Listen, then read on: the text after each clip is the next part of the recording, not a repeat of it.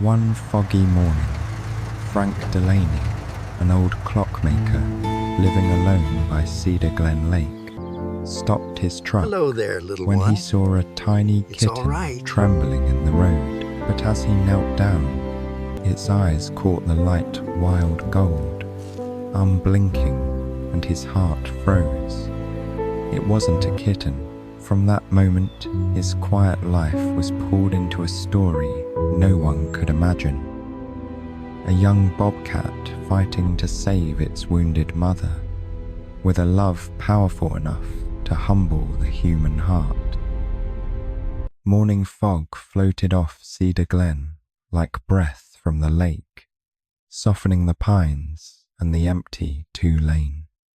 Frank Delaney eased his truck to the shoulder when a small shape wavered in his headlights. A kitten, he thought, until it turned, and gold eyes met his with a steady, mounting quiet gaze. He stepped out, palms open, the cool air smelling of damp cedar and old rain. The little one didn't bolt. It made a brief, bright chirp, nothing like a house cat's meow, then sat with tidy patience, as if it had been waiting for him. Frank felt something tip inside curiosity, edged with worry. Up close, the coat was storm-coloured, dapples of ash and warm brown. Tufted ears twitched like tall grass in a breeze. The paws were too large for the body, and the tail was a short brush, not a long rope. Not a kitten, he thought, and the thought chilled him. Wild and much too young to be alone, he crouched slowly, speaking the way you do to a skittish stranger at your door. Easy, little one. The small cat leaned forward, sniffed the glove, then looked past him, past the truck, to the ridge lifting out of the fog. It chirped again, once, as if calling to something farther than the road. Frank pinched a corner from a granola bar and set it on the gravel. The little cat waited, polite somehow, then hopped forward and took it with neat, careful teeth. Not greedy, not afraid. It lifted its head and stared into the misted timberline, as if the trees were a promise it had to keep. The lake lapped softly behind them, a clock without hands. Frank remembered Eleanor and how she once said, "When something shows up twice, it's not an accident." He backed away, let the small cat finish, and watched it vanish into a seam of alder and rock, the fog swallowing its tiny, certain steps. Next dawn, he set a saucer of water on his porch rail. The little one arrived at the same minute the kitchen clock chimed the half hour, paused silent on the boards. It didn't drink at first. It listened the fine, electric listening of a creature born under open sky, then sipped, eyes lifting to the ridge between swallows. Neighbours waved across the road. "Stray kitten," called Ruth Miller. Cardigan hugged tight against the chill. Frank opened his mouth, then closed it. The word kitten felt wrong. "Just passing through," he said instead. And the small cat looked between them, as if weighing the distance from people to pines. After a night of rain, the yard held its stories in mud. Frank saw two kinds of prints, small, precise ovals he now knew by heart, and larger, round depressions with no claw marks at all. The larger set cut across the porch steps and faded toward the trees. He felt the hair rise along his forearms. That evening, the little cat returned and gave a soft, threaded sound, half chirp, half whistle, then scanned the darkness in quick, tidy arcs. It ate little, carried a crumb in its mouth, and paused at the edge of the yard. The look it gave him wasn't pleading. It was purposeful, like a promise it intended to keep. He followed only to the ditch, stopping when the brush closed its wet green fingers. The small body slipped through a gap he could not. A heartbeat later, the night stitched itself shut. Frank stood listening to pine drip, road hush, frog thrum, every sound except the one he wanted, the comfort of a mother nearby. Back inside, the house ticked with 100 repaired clocks, faithful and unhurried. Frank wiped his boots and stared at the saucer, at the single paw print drying to nothing. He thought of rescue numbers on a magnet, of hold music, of waiting rooms. He thought of how some lives run out while others look away. Before dawn, he brewed coffee and packed a flashlight and a steady heart. The small cat arrived on time, took a scrap with its measured grace, then trotted toward Maple Ridge, never once checking to see if he followed. Frank kept his distance, letting trees and fog thin the space, letting the little one lead. At the first switchback, the forest opened its mouth. The cat slipped along a narrow run of rock, like a bead on wire.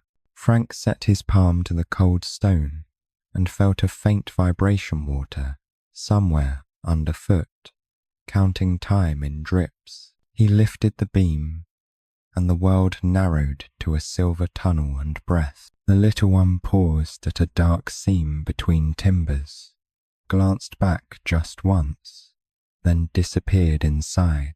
Frank steadied the light, feeling that tilt inside become a pool.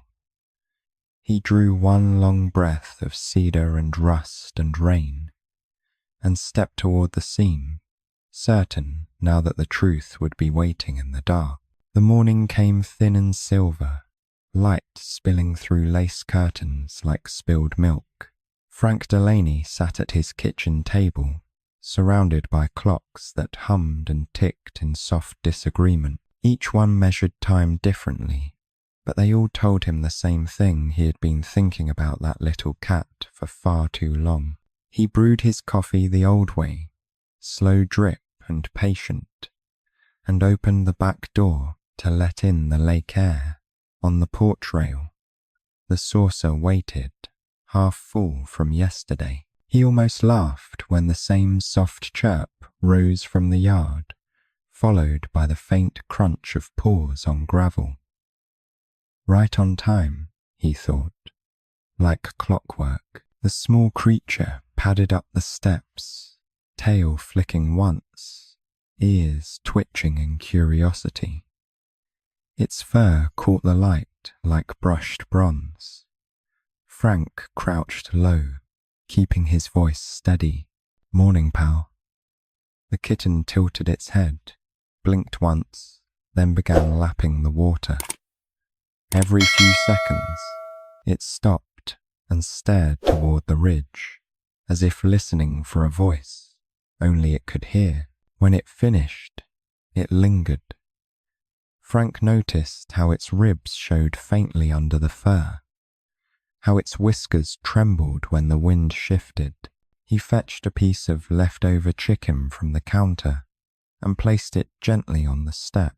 The kitten sniffed, then ate with polite hunger, neither wild nor tame, something balanced between worlds. Across the road, Ruth Miller waved from her mailbox.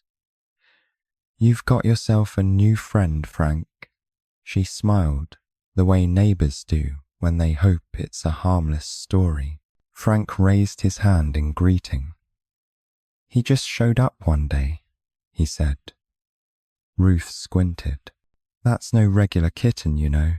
You be careful." He nodded, but his heart had already chosen curiosity over caution. Days slipped by like quiet notes on a metronome. Every morning, the kitten appeared. Every evening, it vanished into the trees. Frank started to notice patterns. The way it paused before stepping off the porch, the exact angle it faced before leaving, always toward Maple Ridge, always the same faint chirp before disappearing. Inside, the house had begun to change too. The old silence that once pressed on him after Eleanor's passing had softened. Now, the tick of the clocks sounded less like emptiness and more like company. He even found himself setting the kitchen clock 5 minutes fast, just so he'd be ready when the small visitor arrived. One afternoon, as he adjusted a pocket watch under the yellow glow of his lamp, the faintest sound pulled his attention, a quiet scratching at the screen door. He looked up. The kitten was there again, drenched from drizzle, eyes sharp and glowing like lanterns. It didn't enter. It simply stood, tiny chest rising and falling, and gave a low, warbling sound that felt almost like a call. Frank opened the door wider, but the creature stepped back, then turned toward the woods. He watched it vanish into the fog, a wisp swallowed whole. Something inside him tightened. There was purpose in the way it moved, urgent, steady, fearless. He told himself it was foolish to follow, yet found his coat and boots before he'd finished the thought. The forest was wet and breathing. Mist hung low, catching on the tips of fern and pine. He followed the faint trail of prints along the slope until they disappeared among roots slick with rain. The quiet here was different, deep, patient, and listening. Frank turned back before dark, uneasy but unwilling to admit it. That night, the wind pressed against his windows. He couldn't sleep. He kept hearing that chirp, faint and far off, like a metronome out of reach. When he rose before dawn, the porch was empty. Only a few wet paw prints led toward the road. He waited until the first clock struck 6, then 7. No sound, no visitor. The quiet felt heavier than before. By afternoon, the little one returned, limping slightly, a patch of fur damp with mud. Frank knelt beside the step, heart lurching. "You've been through something," he whispered. The kitten looked up at him, unflinching, as though measuring his understanding. It took the food gently, then paused, that same chirp again, soft, deliberate. Then it turned its head toward the ridge. Frank followed its gaze. Beyond the trees, clouds pressed low over Maple Ridge, dark and unmoving, the kind of sky that holds a secret. He felt a chill in his chest that wasn't from the wind. He knew then this wasn't about a lost pet or chance visits. The little one was trying to tell him something, waiting out there in the silence. That evening, as the clocks wound down to a steady chorus, Frank sat by the window with a cup of cold coffee. The kitten lay curled on the porch rail, eyes half closed, chest rising slow. He watched it breathe, the rhythm syncing with the ticking behind him. Time and life, side by side. He didn't know yet that both were running out for someone. He reached to turn off the lamp, but hesitated, leaving the light on for the small guest outside. Through the glass, the glow brushed the kitten's fur in gold. It lifted its head once, blinked at him, and let out one soft, questioning chirp before curling back into the dark. Frank whispered to the empty room, "See you tomorrow, little clock." Rain let go of the ridge in a slow, steady hush, and by morning The yard had turned to a shallow ledger. The mud wrote what the night remembered. Fern fronds pressed like signatures, bead tracks from a jay. And nearer the steps, the small neat ovals Frank already knew by heart. He felt the day lean in to listen. The little one arrived on time, fur beaded with rain, ears pricked as if tuned to a private station. It drank, then sat with that tidy patience, eyes fixed on Maple Ridge. When it rose, Frank saw a darker smear along one flank, just mud, he told himself. It chirped once, took a crumb, and slipped back toward the trees. Frank fetched a broom for the porch, then paused. Crossing the smaller prints was a second trail, round and broader, edges softened by the drizzle. No claw marks showed. Each pad sat deep as a thumbprint. He felt the faint tug of memory, a pamphlet from years ago at a ranger station, and a ranger's quiet warning about wild neighbors. He fetched his old measuring tape, not to be clever, but to be sure. Heel to pad, it ran wider than any house cat, wider than a fox. The stride was purposeful, the line straight, angling from the edge of the yard toward the timber like a needle drawing thread. He followed 2 steps, then 3, until the brush pressed back. From the shade of alder and pine, the forest gave a small, private sound, something like a cough swallowed in fur. Frank held still, heart marking time against his ribs. The sound came again, low and tired, then fell away into rain. He set his palm to a wet trunk, as if to steady the whole world, and listened to nothing. Back at the steps, he traced the prints with his eyes, the way a reader traces an old letter. Small prints in, small prints out, big prints only out, cutting across like a guardian's shadow. He didn't want to give the shape a name, not yet. Names make things real, and real things ask you to answer to them. Ruth's voice drifted across the road. She carried a paper bag and a look that knew too much. "You see those marks?" she asked. Frank nodded. "Could be a bobcat," she said, softer now. "They don't bother folks unless they have to." He heard what she didn't say. Unless they're hurt, unless they're hungry, unless they're not alone. Afternoon thinned to pale. Frank set out a little more food than before, then stood back. The small cat reappeared, ate half, and did what it had begun to do, lifted a piece in its mouth. Careful, as a child, carrying a secret. It glanced past him toward the ridge, and waited, as if asking whether he understood. He did, and didn't. He followed only to the ditch again, then stopped, letting the brush take back the path. The little one vanished like a wick snuffed under 2 fingers. In the hush that followed, the rain changed pitch, tapping a hollow place, as though there were spaces underfoot where water gathered and kept its own counsel. He called the county line, left a message. Nothing urgent, just a note about tracks and a wild youngster. Hold music, and a polite recorded voice felt thin against the ridge. He hung up.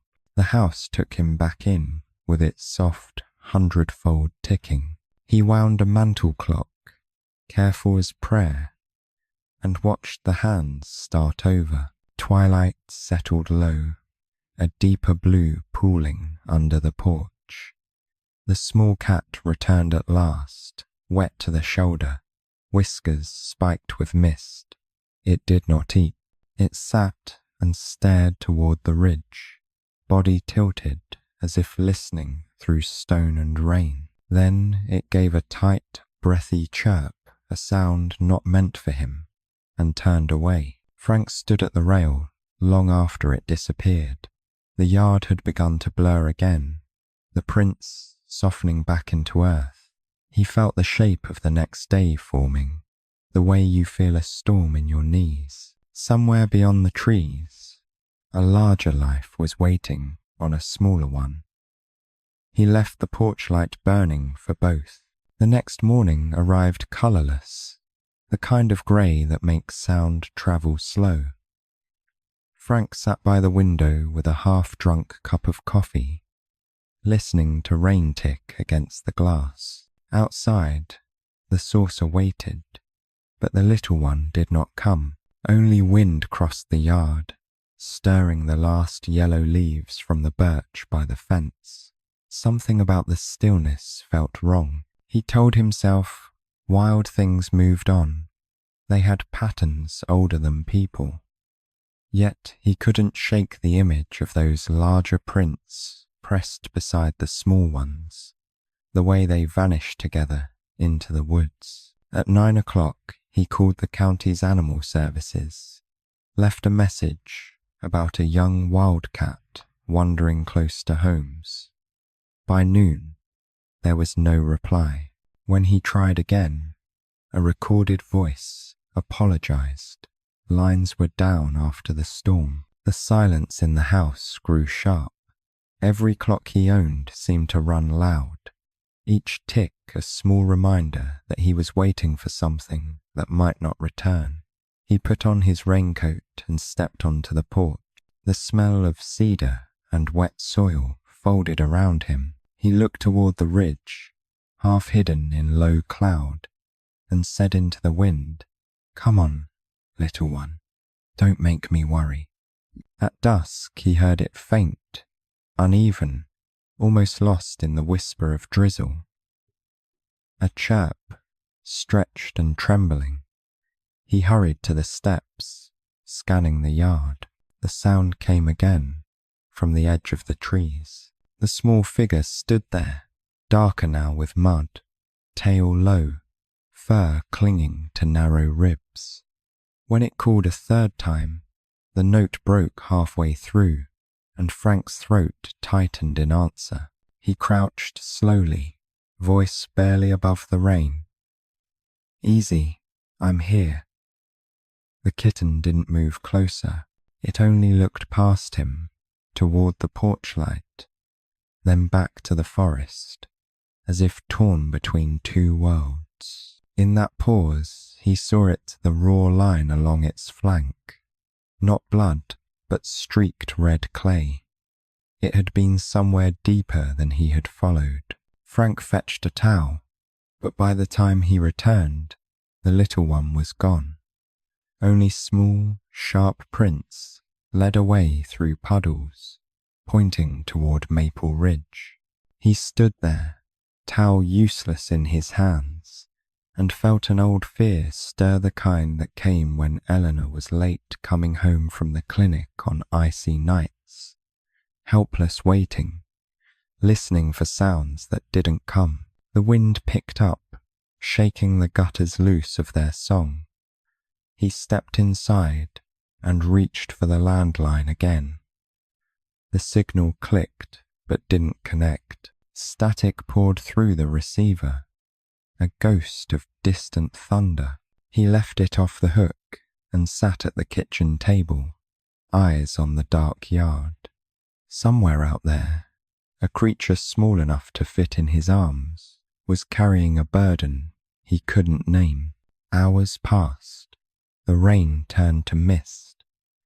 At last he saw movement, just a shadow crossing the fence line. The kitten padded into the porch light, dripping and silent.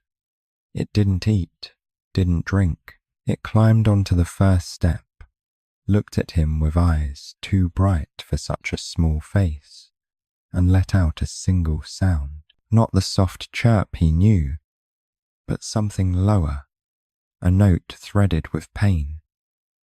Then it turned its head toward the ridge and repeated it, longer, pleading.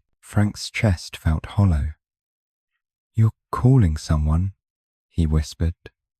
The kitten answered with silence, staring into the dark until its pupils widened to swallow all light. It waited there a moment more, then slipped away again, disappearing under the sighing pines. He stayed by the window long after. The porch light made halos in the drizzle. Somewhere in that shimmer, he thought he saw another shape move larger, slower, staying just beyond the reach of glow. It was gone before he could focus. Maybe imagination, maybe not. The idea of something watching settled heavy on him. Near midnight, he turned every clock face to the wall. The noise was too much now, like 1,000 hearts he couldn't help. The house went still, except for the hum of rain. When sleep came, it was shallow and full of forest sounds, drips, calls, the faint rustle of something dragging through leaves. Before dawn, he woke to quiet. The line light on the phone blinked red. No messages. He stepped to the window.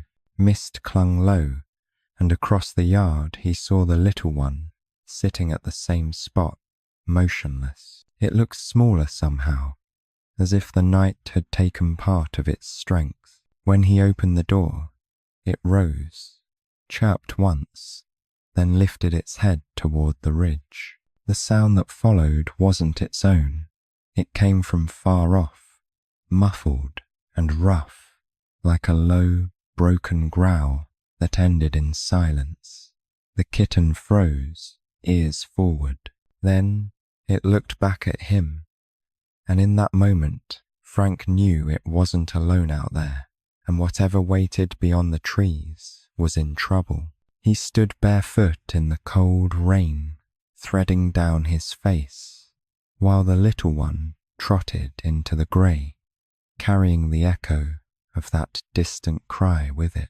Frank whispered to no one and everything, "Hold on, I'll figure this out." Then he watched the fog swallow the space between them, leaving only the sound of dripping water and the faint tick of time beginning again behind him. Morning broke thin as paper.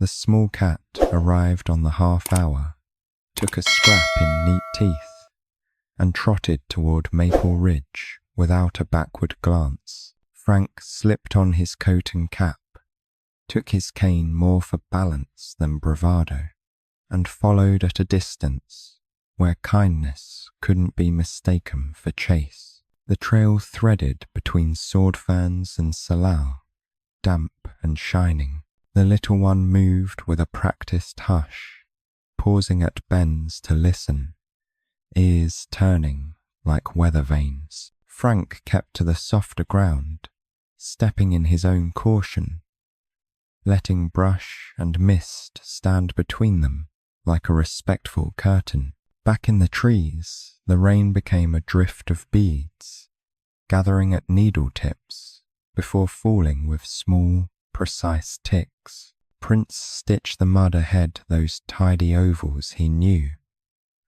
and every so often, the broader, round pads set deeper than rain could fill. He felt the day pull tight, a seam ready to give. They crossed a forgotten service road slumped with potholes and moss. A sun-faded sign leaned on one hinge. "Keep out." Another, older, warned about an abandoned mine. Frank read them like a man reading yesterday's news late, but not useless. The little cat slipped past and chose a deer run choked with alder shoots. The hillside pinched to a notch where black rock shouldered aside the slope. Brambles had stitched a curtain over a darker seam. Milo slipped to his belly, the scraps still in his mouth, and vanished beneath the thorn. Frank stopped, pulse steadying to a louder drum, and remembered Eleanor's voice. Measure twice, then move. He eased closer. The air changed. Cold rose from the ground with the smell of iron and wet timber, a cellar breath that did not belong to open forest. Water sounded somewhere under the skin of earth, counting time in slow, patient drips. The gap itself was no higher than his knee, ragged and breathing. Frank crouched, set one hand to the earth, and listened. Drip, drip. A whisper of movement against leaves, then something thinner, thread-like a sound that could be wind if wind had a pulse. He held his breath until his ribs ached, waiting for the next small truth to find him. He angled his phone and flicked the light, careful to keep it narrow. The beam reached a short way, fractured rock, a run of old timbers gone soft, a slant of ground falling out of sight. Dust motes turned like snow. He killed the light at once, as if brightness itself might break whatever was holding together in there. From deeper in the seam came a rough exhale, low and halting, ending in a wet catch. Not a threat, not quite, more like a body bargaining with pain. Frank felt his scalp prickle. The sound returned, paired with a faint, breathy chirp he already knew, answered right back by a smaller echo farther in. Milo reappeared at the lip, whiskers tipped with cobweb, then slipped inside again with the food.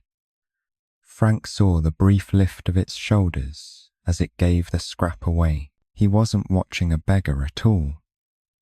He was watching a courier, a little life running provisions to something that needed them more. He marked the place with what he had, a short stack of flat stones, a torn thread from his coat hem tied to a twig, the first page of a pocket notebook folded under a rock.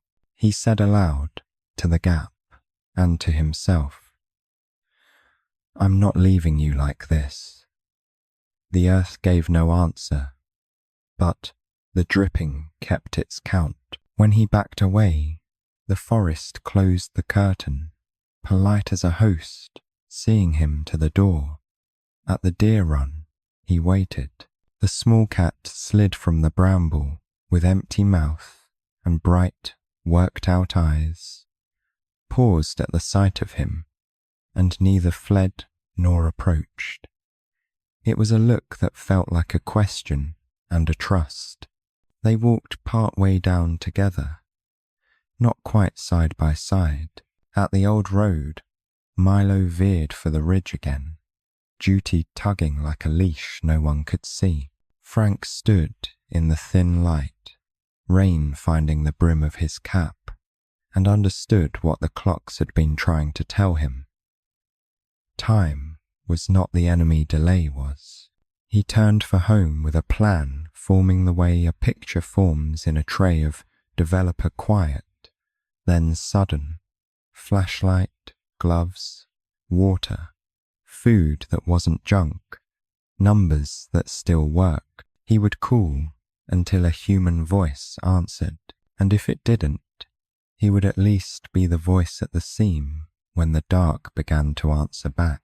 The air inside the seam was cold enough to bite, a breath stolen from winter's lung. Frank knelt, lowering the flashlight until its narrow beam found the wet stones. The light shook a little in his grip.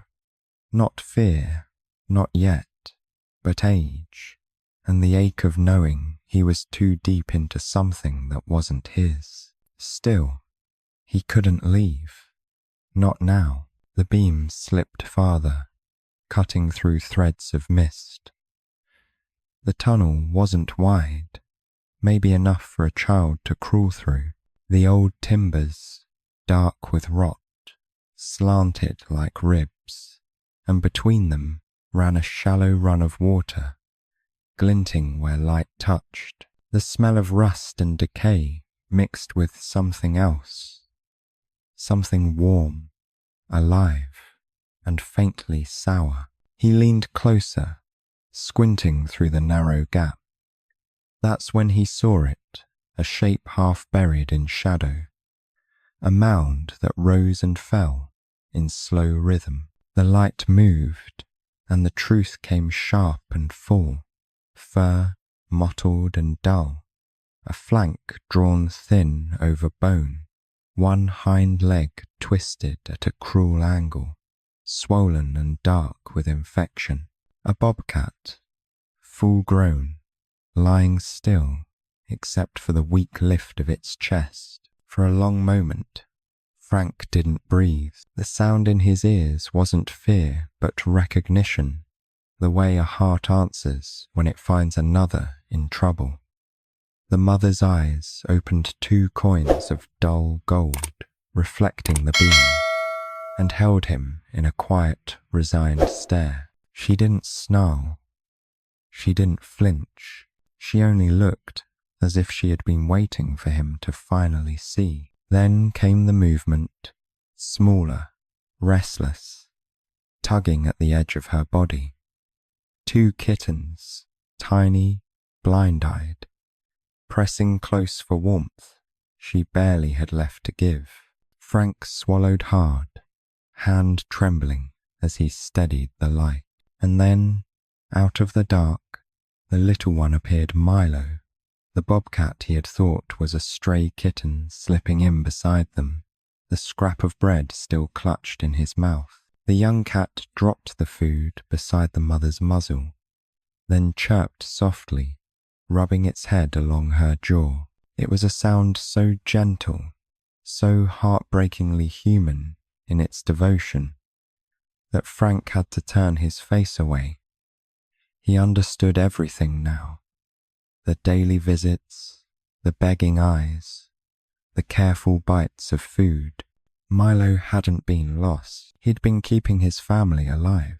Frank pressed a hand against the cold concrete frame of the opening, whispering, "Oh, little hero, you've been feeding them all along." His throat tightened, his breath trembling out in a mist. The mother blinked, slow and weary. Milo turned as if sensing him, and for a moment their eyes met again, wild and old and knowing. Then he chirped once more and curled around his mother's head, closing the circle of his small, determined world. Frank sat back on his heels. The ground was damp beneath him, the air thick with stillness. He wanted to crawl inside, to lift them out himself, but the grate was solid iron and the bolts were rusted shut. Even if he could open it, the mother's pain would make her dangerous.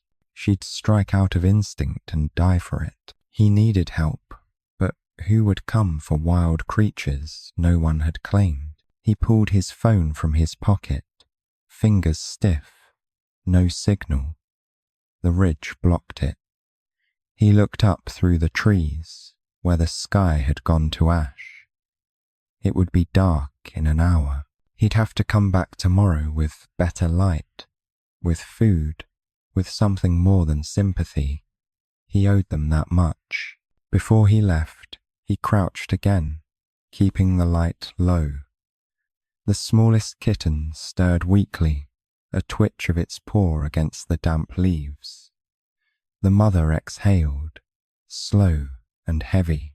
Milo looked up once more, eyes bright in the gloom. For an instant, the little cat chirped at him short, soft, almost grateful, and Frank felt the sound lodge deep in his chest like a promise. When he turned to go, he marked the trail carefully: stones, ribbons of torn bark, anything that could guide him back. The rain had stopped, leaving the forest hushed, except for the rhythmic drip of water into puddles. He walked home slower than he had come, cane tapping in time with his breath. Each step carried the weight of what he'd seen, devotion born out of hunger, love surviving in ruin. Back at the porch, the house looked foreign warm light spilling from the kitchen, the hum of clocks filling the air. He wiped mud from his boots, then sat heavily at the table.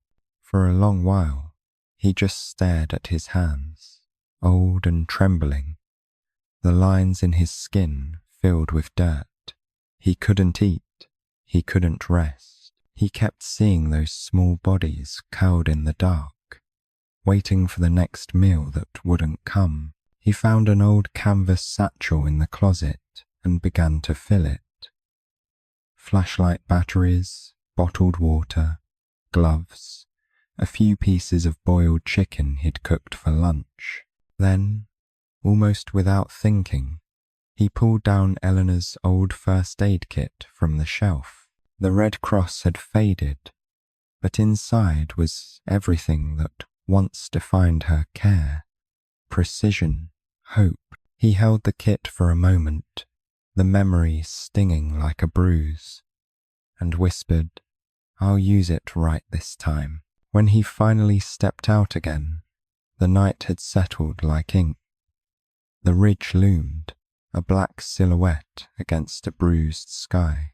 Somewhere up there, Milo was probably curled around his mother, keeping her alive with nothing but will and scraps of kindness. Frank stood on the porch and looked at the ridge until the stars began to show, then turned back inside, set his alarm for dawn, and whispered into the quiet, "Hold on, tomorrow we'll fix this, all of us." Dawn thinned the dark to pewter, and the ridge let go of its mist in slow ribbons. Frank woke before the alarm, heart already moving ahead of him. On the table lay the satchel he'd packed, the old first aid kit, and a folded map with a thumbprint of mud. He poured coffee and watched the porch, as if a prayer might walk into view. Milo arrived on the half hour, paws soundless, whiskers jeweled with dew. He didn't eat. He stood at the rail and gave that low, breathy chirp, the one that threaded straight through a man's ribs. Frank crouched, palms open. "I hear you," he said, and the little bobcat tilted his head, listening as though the words were something he might carry. Inside, he found the card he hadn't touched in years. Wildhaven Wildlife Center, Dr. Nora Hale. The ink had softened at the edges like a memory. He dialed and waited through 2 rings, then a third. A calm, steady voice answered, the kind that could cross a shaking bridge. Wildhaven, Nora speaking. Frank let out a breath he hadn't named. He told her everything without drama. The seam in the rock, the smell of rust and damp timber, the mother down on a twisted leg, the 2 tiny ones, Milo delivering scraps with the patience of a saint. Nora's questions landed neat and quick. How far? How wide? Any access for equipment? Water present? Signs of distress? He answered, steadying to her pace. "Good call not to go inside," she said. "A wounded mother can't help what pain makes her do." Paper rustled on her end, the sound of a plan taking shape. "We'll bring a pole syringe, a soft catch, and a portable spreader. Give us an hour." Frank looked at the ridge, already counting. "I'll guide you in," he said, and meant it to the bone. He hung up and stepped outside. Milo stood in the porch light, small chest rising and falling, eyes on the trees. "Help's coming," Frank told him, as if the syllables could warm the air. The bobcat blinked, then dropped lightly to the yard and trotted to the fence, pausing to look back. Not a command, not fear, an invitation. Keep up. They walked part way to the ditch where Frank stopped. "Soon," he promised. Milo slipped through the alder gap, a quick stitch closing behind him. The morning settled around the house, clocks ticking like rain on a roof. Frank wound the mantel clock for courage and scribbled a note in case Ruth came by. "Gone to the ridge. All right, don't worry." By the time the white van eased onto the shoulder, the sky had found its color again. Nora climbed down with a canvas kit and a clean, field-worn face, sunlight catching the copper in her hair. Jake, broad-shouldered and quiet, hauled a crowbar and a compact jack. They shook hands like neighbors, quick and grateful. "Show us," Nora said. The trail took them in under cedar and fern, Frank setting a pace that respected lungs and age, but wasted no heartbeats. He pointed out the markers he'd left, each small certainty along the way. At the fallen sign, he told them about the old mine. Nora nodded, filing risk against need. "We stay low, keep light narrow, no sudden noise," she said. At the seam, the air changed cold and metallic, water speaking in slow syllables. Nora lay prone, slid the flashlight in a soft arc, and went still. "I see her," she breathed. "Leg's bad, but she's aware." Kitten's tucked in. The older juvenile is there too. As if on cue, a small head appeared, whiskers dusty, eyes bright. Milo chirped, a whisper of relief. Nora set the pole syringe, measured twice, then eased the tip through. "This is quick and kind," she told nobody and everybody. The mother's low growl trembled through the timbers, then softened. Jake levered the corner of the grate with patient strength until space turned from idea to opening. Frank held the beam steady, hands quiet now. They waited for the sedative to fold the pain away. Milo hovered at the edge, watching every breath. Once he glanced at Frank, and the look felt like trust handed across species. "All right," Nora said, checking the mother's blink. "We lift on my count." Jake slid the soft loop, wide and careful, and the three of them made a promise to gravity. When the mother eased into the carrier, the forest exhaled. The kittens were next, small and warm as a handful of heartbeat. Nora tucked them into a heated crate, murmuring the way you talk to a baby and a storm. Only Milo remained, pacing a thin circle near the opening. Frank knelt. "You've done enough for one lifetime, little hero." He set a small, open transfer crate by the seam and laid down a strip of chicken, not as bribe, but as bridge. Milo paused, looked from the dark into the light, then stepped in with the grace of a creature who understood endings and beginnings. The door clicked soft. The ridge held its silence. For the first time in weeks, Frank felt the ground give back. The van's doors shut with a muffled thud, and for a heartbeat the woods held its breath. The clearing was hushed, except for the steady drip of water from the pines. Nora Hale knelt by the carriers, her face soft under the brim of her cap. "She's breathing easy," she said, voice even and sure. "That's a good sign." Frank stood a step back, rain darkening the shoulders of his jacket. He hadn't realized until that moment how hard his hands were shaking.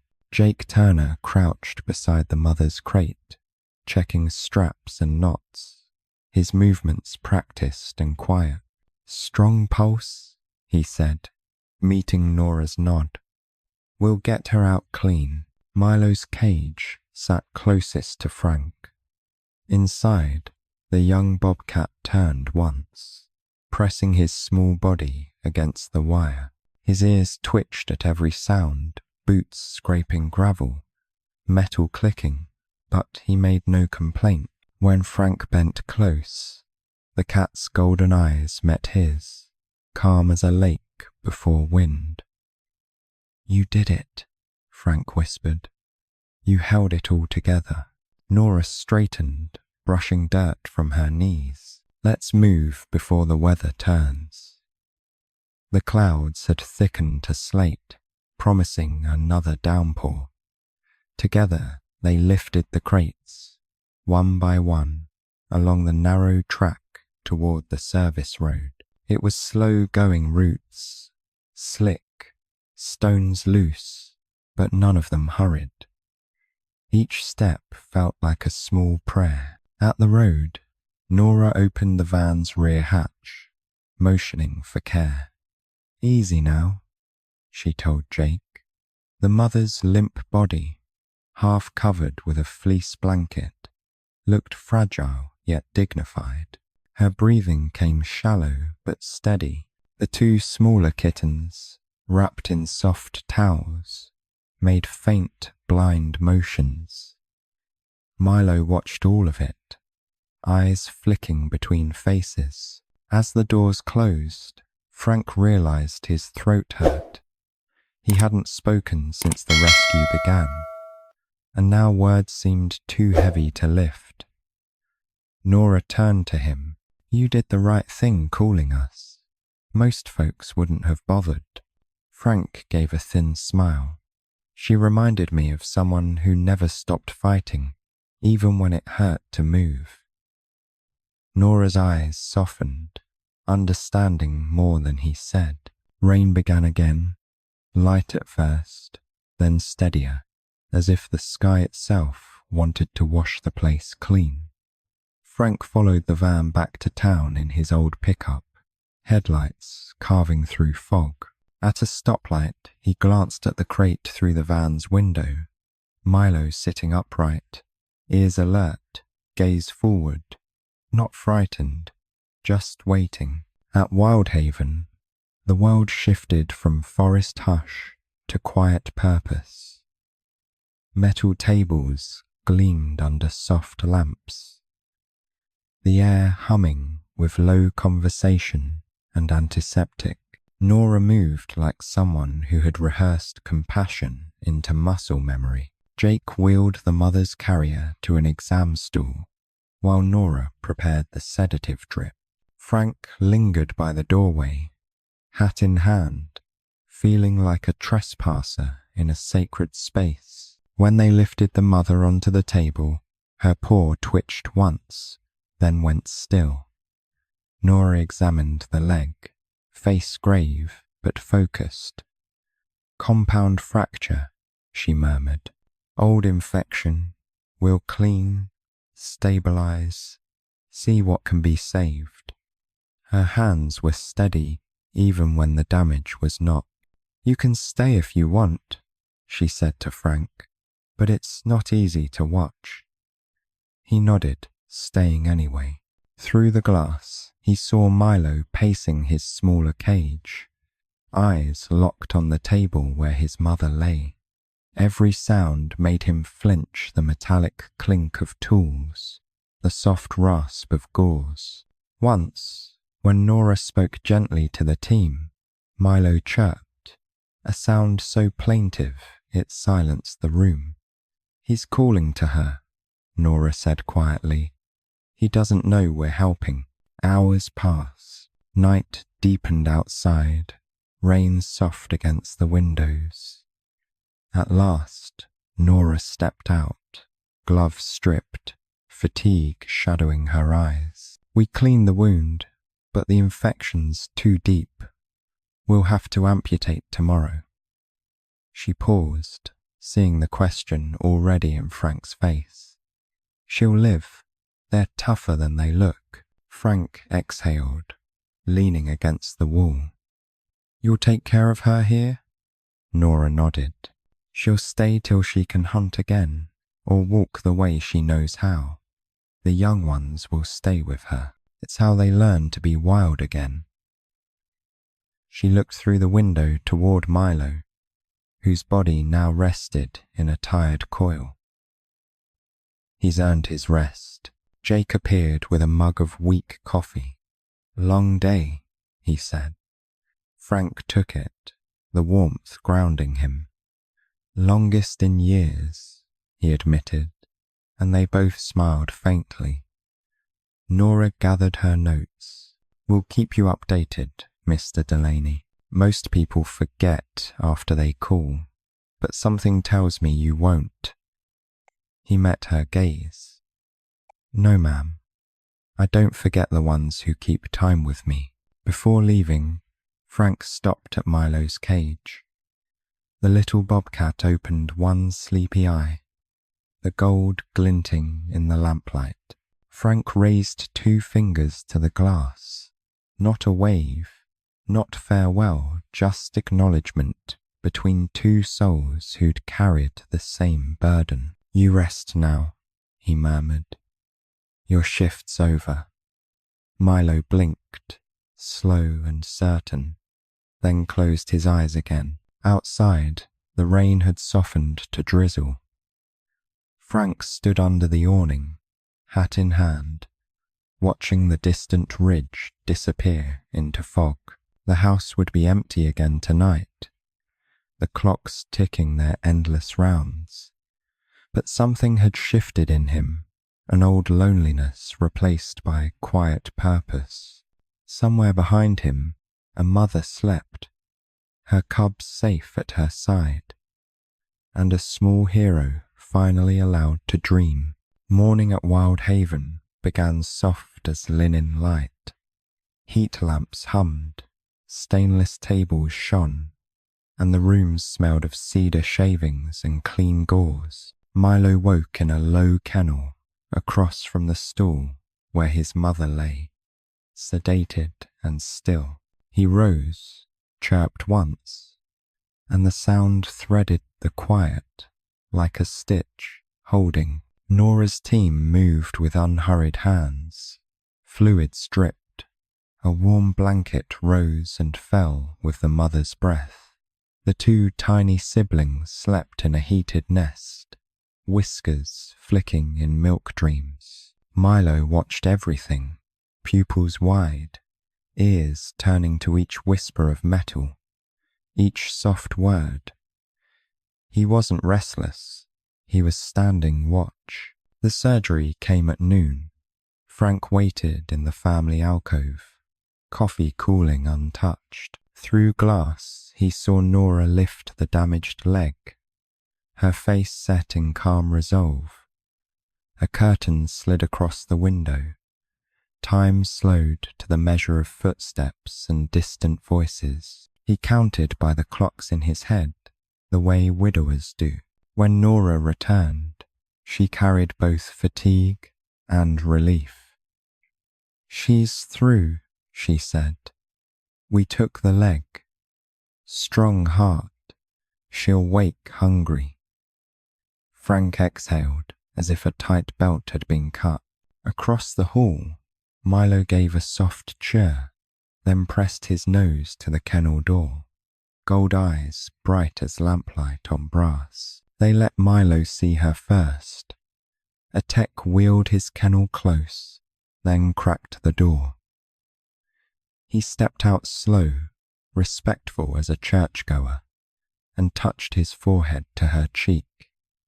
The mother breathed deeper. Milo settled along her shoulder, a small furnace against winter. Frank looked away, because some devotions deserve privacy. Days folded into a rhythm. The mother learned balance with 3 points to spare, steadying against fleece and will. The smallest cubs found the bottle, then found curiosity. Milo ate well for the first time in weeks, then slept so deeply his paws twitched, as if remembering the work he no longer had to do. Ruth came once with flowers that smelled like a porch in June. Jake scratched notes on a clipboard, a quiet sentinel in boots. Nora checked sutures, spoke in a tone that animals trust. Milo learned her tread. His ears relaxed when her steps approached. Frank mended a wall clock in the lobby, just to keep his hands from shaking. Storms pressed the windows, then passed. The mother stood, wobbling, then held. With each step, the room widened for her.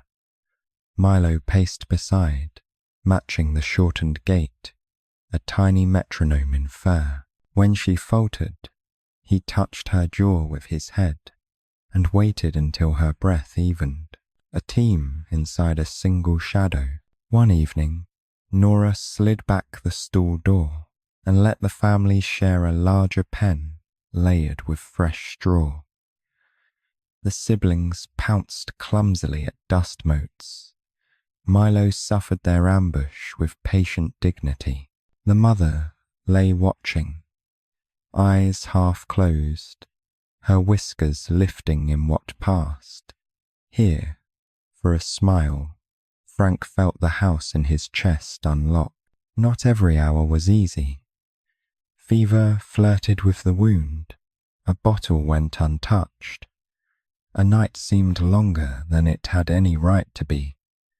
But morning kept its appointments. The mother's appetite returned, and kitty milk dried on tiny chins like frost. Nora charted gains in tidy columns. Frank charted hope by how lightly he walked. When the door latch clicked, Milo looked for Frank. He came to the rail and gave that quiet greeting, more breath than voice. Frank answered the same way, palm to glass, two old souls acknowledging the distance and the bridge. "You kept the time," Frank said. "Now let it keep you." Milo blinked slow, and the room felt warmer. Weeks unspooled, muscle filled what hunger had taken. The mother's stride turned from trial to signature. Outside, snow retreated from the fence line, revealing the green bones of spring. Nora watched them cross the pen in a clean, 3-beat measure and said, "Wild wants them back." No one argued. Even the air agreed. On the last evening before transport training, Frank stood alone at the viewing window. The family slept in a braided heap, 3 small tides rising against a larger shore. He set his palm to the glass, felt nothing but cool, and somehow that was right. "Tomorrow," he whispered. Inside, Milo stirred, lifted his head, and let out one soft, certain chirp. Spring came like a breath held too long, finally let go. The ridge shimmered with green, the air warm with pine and wet soil. Frank stood beside the transport van at the edge of Crater Ridge National Park, his hat pulled low against the morning light. Around him, the world hummed with new life, crickets, creek water, birds writing their songs into the air. It was the kind of morning that felt like an answer. Nora checked the carriers one last time, her clipboard tucked under her arm. "Vitals good, hydrated, alert," she said softly. Jake unlatched the rear door, his grin a quiet one. "They're ready." Frank nodded, though his throat had tightened around the word. The family inside shifted, restless under the scent of open air. He heard a small chirp, Milo's unmistakable voice, asking the world what came next. They carried the crates down a short trail that opened into a glen, lined with trembling aspens. The air was cool and gold at once, the kind that feels like both blessing and goodbye. Nora knelt, unclipped the first latch, and looked up at Frank. "You want to do it?" He shook his head. They'll know when it's time. She smiled. They always do. The smallest kittens went first, tumbling out in a blur of spots and sunlight, awkward yet certain. Their paws met earth like they'd been waiting for it all along. The mother followed slowly, three-legged but steady, pausing just long enough for the breeze to test her fur. Her head lifted, her nose caught the scent of home that had never truly left her. She took 3 steps, then 4, the limp almost graceful now. Milo hung back in his crate, watching her go. His ears twitched at every sound, the whisper of leaves, the click of the carrier door. Frank crouched near, careful not to reach too close. "It's your turn, son," he whispered. "Go on, she's waiting." Milo hesitated, eyes flicking from the open glade to the people behind him. Then, with a motion as soft as breath, he stepped out. The light caught him full, painting his coat in shades of bronze and smoke. He paused at the threshold between wild and tame, between the life that had saved him and the one he was meant for. For a long moment, he stood perfectly still. Then his gaze found Frank. Their eyes held old blue to young gold, and in that silence was everything words could never do. Gratitude, farewell, the quiet knowing between 2 creatures who had watched time keep its promises. Milo chirped once, a single bright note that broke and healed the same heart in the same breath. Then he turned and bounded toward the trees, tail a small flame in the sunlight. The forest accepted him without fuss, leaves whispering shut behind. Nora exhaled slowly. "He'll do fine," she said. Frank's eyes stayed on the spot where the trees had closed. "I know," he answered, his voice small and full at once. "He already has." The ride back down the mountain was quiet. Nora dozed against the window. Jake hummed tunelessly under his breath. Frank watched the pines roll past, thinking about time not as a thing that ran out, but as something that folded back, letting you meet yourself at softer moments. He felt it then, the still peace that comes after you've done the right thing, no matter how late in life. At home, the house greeted him with the gentle ticking he had once found lonely. Now it sounded like company. He set his hat on the peg, poured coffee, and looked around as though the walls might notice the difference in him. On the mantel, beside Eleanor's photo, he placed a new frame, a picture Nora had taken, the mother bobcat resting in the straw. Milo curled against her chest, the 2 smaller cubs pressed close. He stood a while, studying the image. The mother's eyes were half open, calm, aware. Milo's paw rested against her fur, as though still guarding her. "Good work, little one," Frank murmured. "You kept your promise." He lit the lamp beside the photo, and the glow laid itself over the glass, turning their shapes golden again. Outside, the wind shifted. He thought he heard a faint sound from the ridge, a distant chirp carried through miles of trees. Maybe it was wish, maybe echo, maybe both.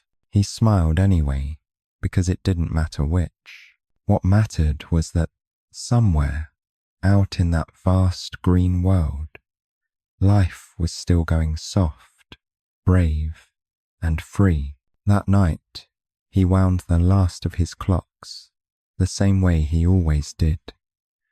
Each tick felt like a heartbeat he shared with the quiet around him. Before turning off the light, He looked once more at the photo, then at the window beyond it, where moonlight laid a pale path toward the ridge. He whispered, "Time to rest, Milo." And the house answered with a steady, perfect tick. If this story touched your heart, just drop a 1 in the comments, or a 0 if it stayed quiet inside you. Don't forget to subscribe. There are more gentle stories waiting just beyond the trees.